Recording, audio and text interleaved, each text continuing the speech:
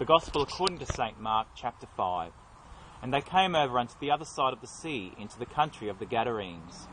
And when he was come out of the ship, immediately they met him out of the tombs a man with an unclean spirit, who had his dwelling among the tombs, and no man could bind him, no, not with chains, because that he had been often bound with fetters and chains, and the chains had been plucked asunder by him, and the fetters broken in pieces, neither could any man tame him.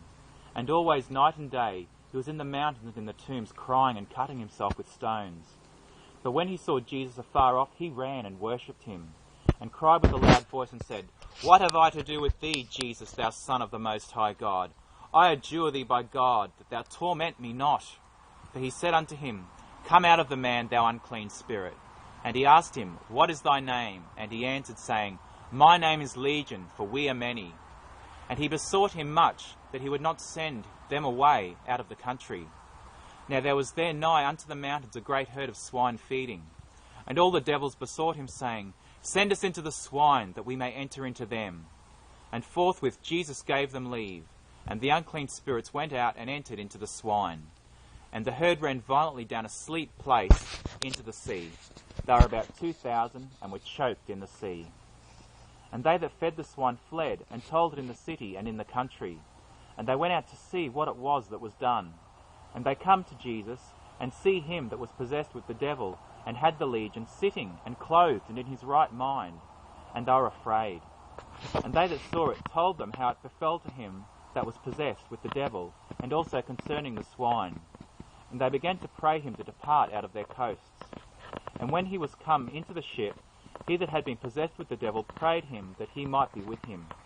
Howbeit Jesus suffered him not, but saith unto him, Go home to thy friends, and tell them how great things the Lord hath done for thee, and hath had compassion on thee. And he departed, and began to publish in Decapolis how great things Jesus had done for him, and all men did marvel. And when Jesus was passed over again by ship unto the other side, much people gathered unto him, and he was nigh unto the sea. And behold, there cometh one of the rulers of the synagogue, Jairus by name. And when he saw him, he fell at his feet, and besought him greatly, saying, My little daughter lieth at the point of death. I pray thee, come and lay thy hands on her, that she may be healed, and she shall live.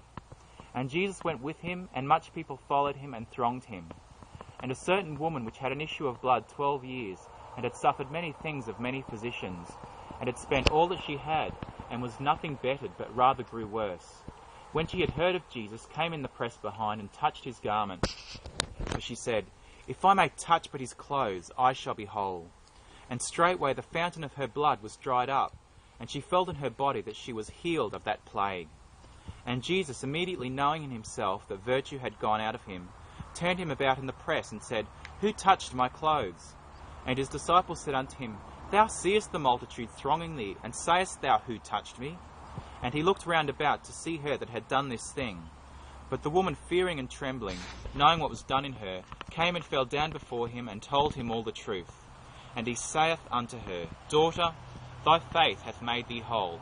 Go in peace, and be whole of thy plague.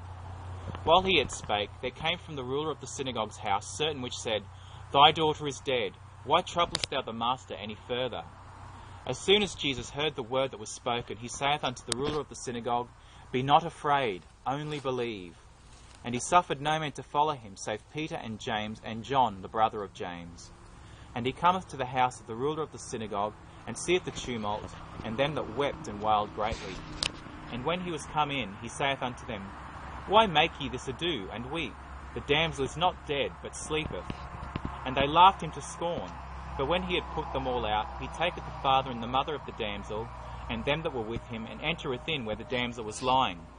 And he took the damsel by the hand, and said unto her, Talitha cumi, which is, being interpreted, Damsel, I say unto thee, arise. And straightway the damsel arose and walked, for she was of the age of 12 years. And they were astonished with a great astonishment. And he charged them straitly that no man should know it, and commanded that something should be given her to eat.